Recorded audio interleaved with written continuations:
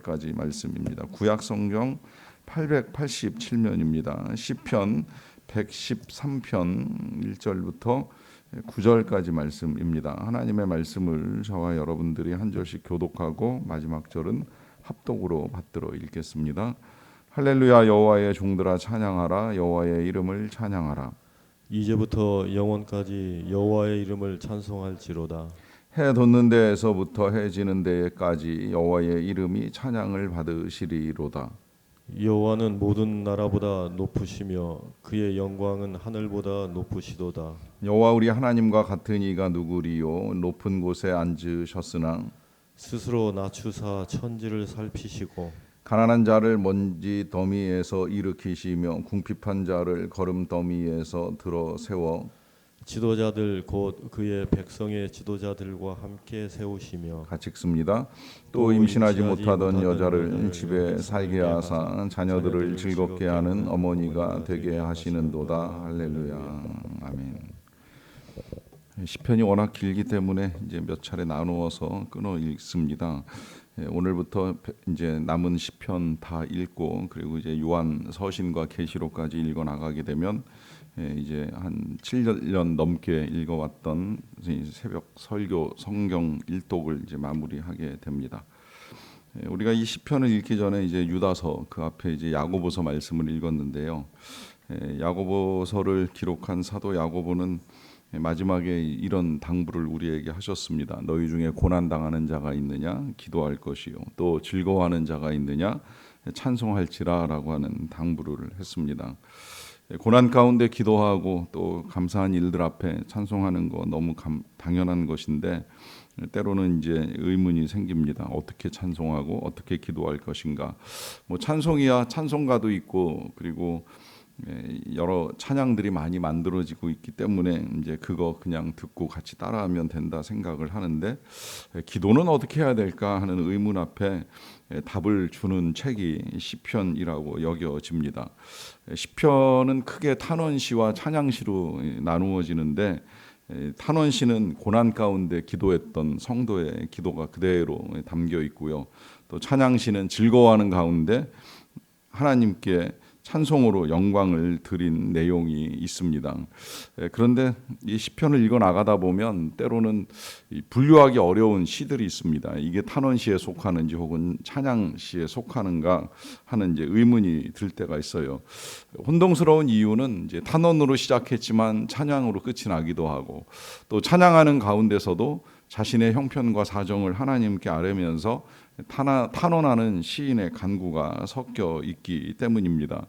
그러하기 때문에 어떻게 보면 이제 이런 생각도 할 수 있어요. 탄원으로 시작한 우리의 기도가 때로 이제 찬송으로 얼마든지 바뀔 수 있다는 것이지요. 또 찬양 중에도 생각나면 꼭 하나님께 영광을 돌릴 뿐만이 아니라 나의 형편도 하나님께 얼마든지 아뢰일 수 있다라고 하는 생각을 할 수 있습니다. 어찌되었건 다 하나님을 찾아 나가고 또 하나님을 만나는 과정입니다.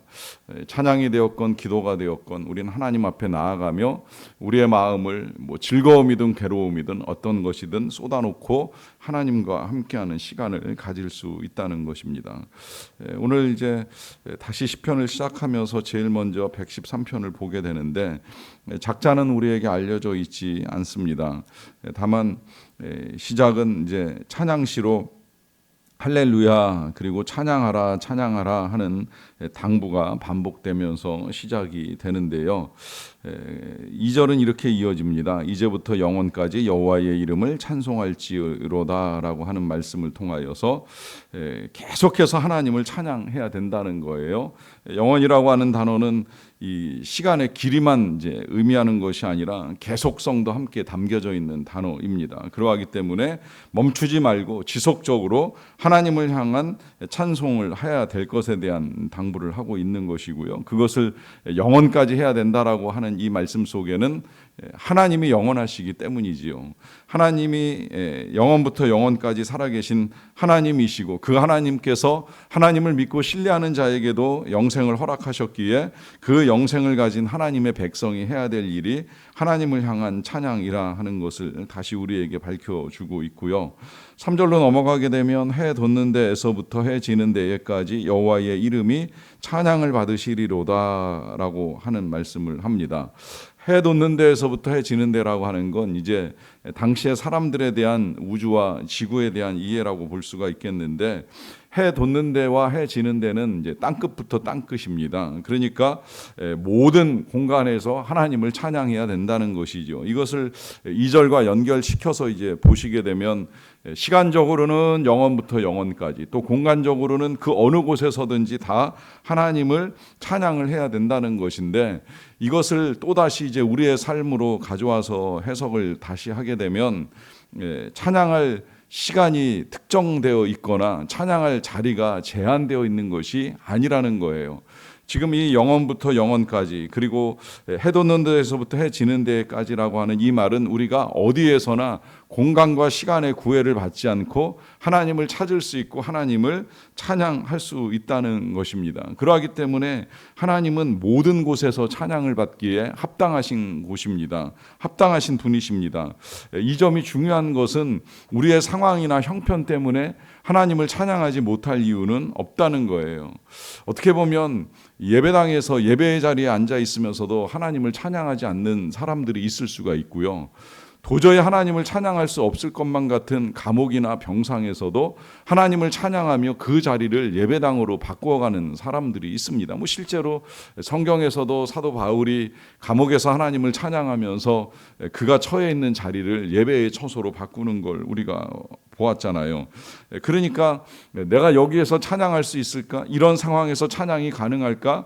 지금은 예배할 시간이 아닌 것 같은데라고 하는 건 지극히 제한적인 인간의 생각일 뿐이지, 우리는 어떤 자리, 어떤 곳에서나 또 언제라도 하나님을 향한 찬양을 올려드리는 것이 가능하다라고 하는 것입니다. 그렇다면 그 모든 자리에서 또 모든 시간들 속에서 하나님을 찬양할 만한 이유는 무엇이겠는가 했을 때, 이제 4절부터는 이 하나님을 찬양해야 될 여러 가지 이유들을 우리에게 가르쳐 주는데요. 먼저는 여호와는 모든 나라보다 높으시며 그의 영광은 하늘보다 높으시기 때문에 찬양을 해야 된다라고 하는 말씀을 하십니다.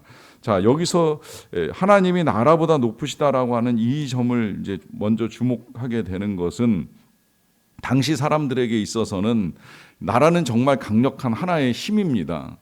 그 가운데서도 강대국을 만나게 되면 그것을 이길 만한 존재가 있을까? 이길 만한 나라나 민족이 있을까 하는 것 때문에 한 나라는 때로 굉장히 위대하게 보이고 대단하게 보이는 일들을 경험하며 살아왔던 사람들입니다.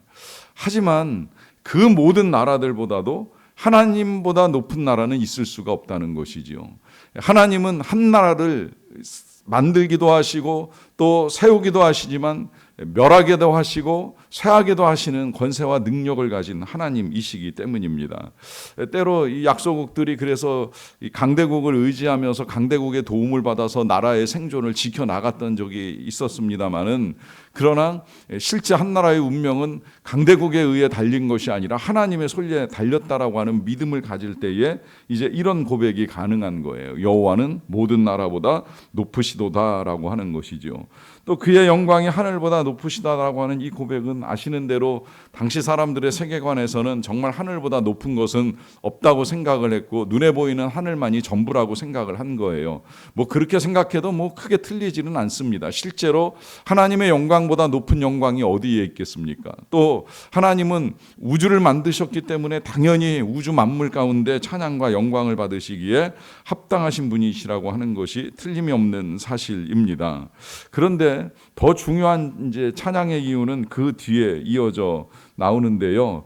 그런 하나님께서 5절에 보시면 여호와 우리 하나님과 같은 이가 누구리요? 높은 곳에 앉으셨으나 스스로 낮추사 천지를 살피신다는 거예요. 그리고 7절로 넘어가면 가난한 자를 먼지 더미에서 일으키시며 궁핍한 자를 거름 더미에서 들어 세워서 지도자들 곧 그의 백성의 지도자들과 함께 세우신다라고 하는 것입니다.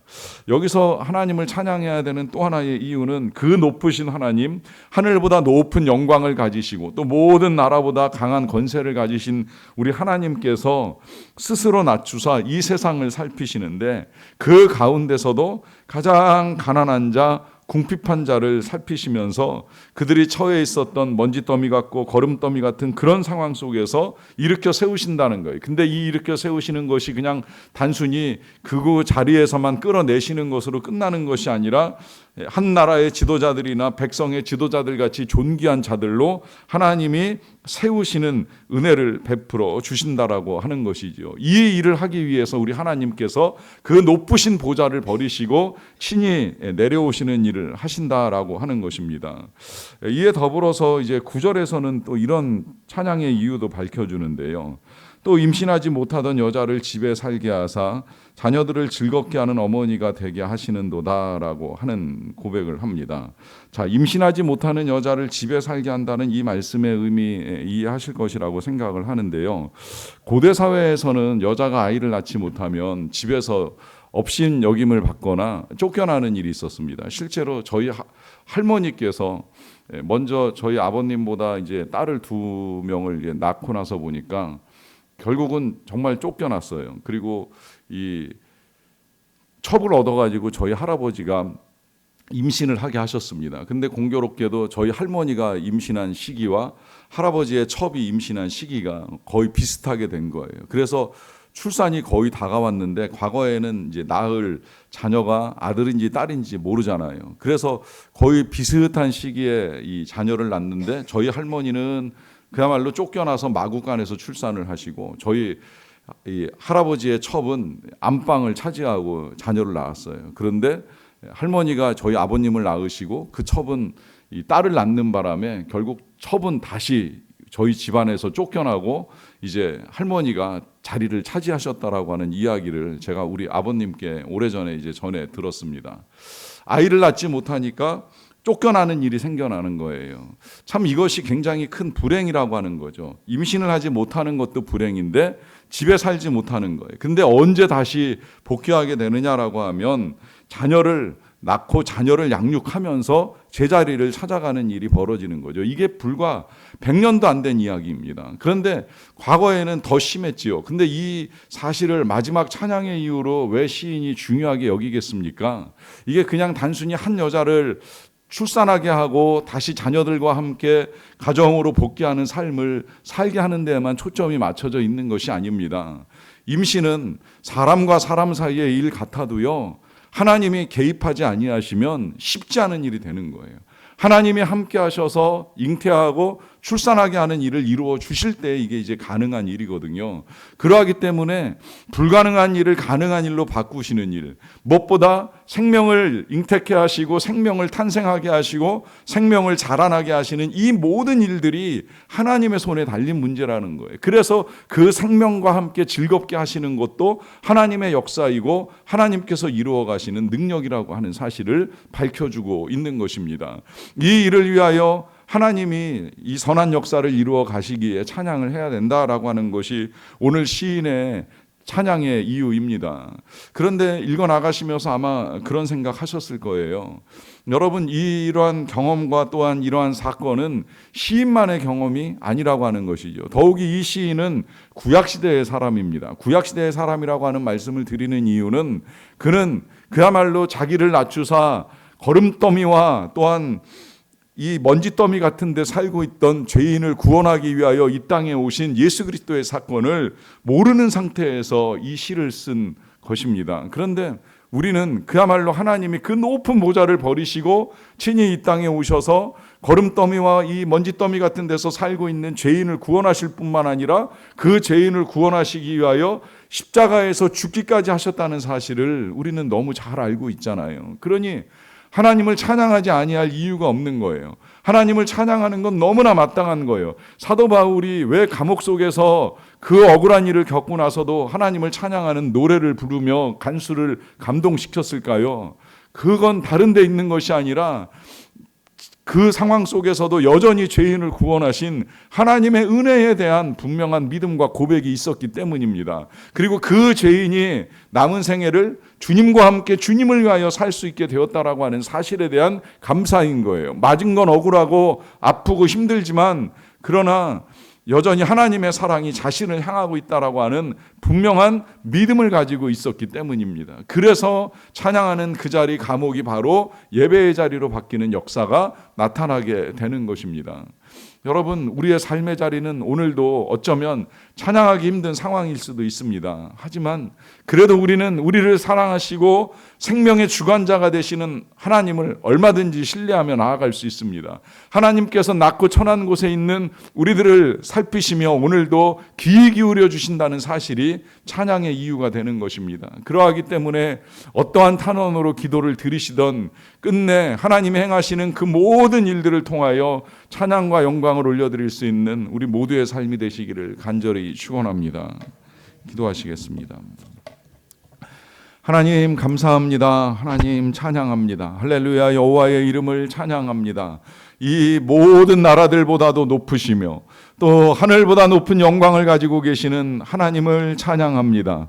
무엇보다도 그 높으신 하나님께서 낮고 천한 우리들, 죄인보다 더할 나위 없이 더럽고 형편없는 인생들을 사랑하사 구원하시기 위하여 친히 이 땅까지 낮아지시고 이 땅에서 그 참혹한 십자가의 형벌을 당하시면서 우리의 죄를 씻어주시고 용서하시고 부활을 통하여 우리를 구원하신 하나님의 은혜와 사랑을 진심으로 감사드리옵나이다.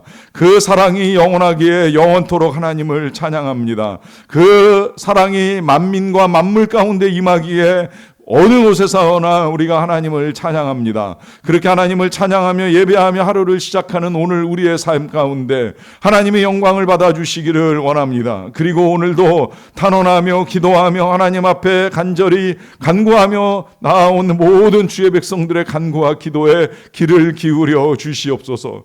탄식이 변하여 기도가 되게 하여 주시고 기도가 응답이 되어서 노래가 되고 찬양이 되기를 원합니다. 괴로움이 변하여 즐거움이 되고 또 슬픔이 변하여 기쁨이 되는 역사가 나타나게 도와주시옵소서. 병상에서 주의 은혜를 기다리는 자들이 있사옵나이다. 세워주시기를 원합니다. 일으켜주시기를 원합니다. 주의 은혜 가운데 강건하게 하여 주시기를 원합니다. 주의 도우심을 힘입고 나아가 주께서 베푸시는 그 놀라운 능력 가운데 하나님의 이름을 높이게 도와주시옵소서. 그 밖에도 여러 가지 처한 상황들 속에서 기도하는 모든 주의 백성들의 간구가 탄원으로만 끝나지 않게 도와주시고 찬양하는 노래가 되게 하여 주시고 감사하는 이유가 되게 하여 주시옵소서. 열방에 나가 계신 우리 선교사님들이 해 돋는 데에서부터 해 지는 데까지 찬양과 예배와 전도와 사랑을 통하여서 하나님의 영광을 드러내는 일들을 이루어 갈 수 있도록 함께 하여 주시기를 간절히 원합니다.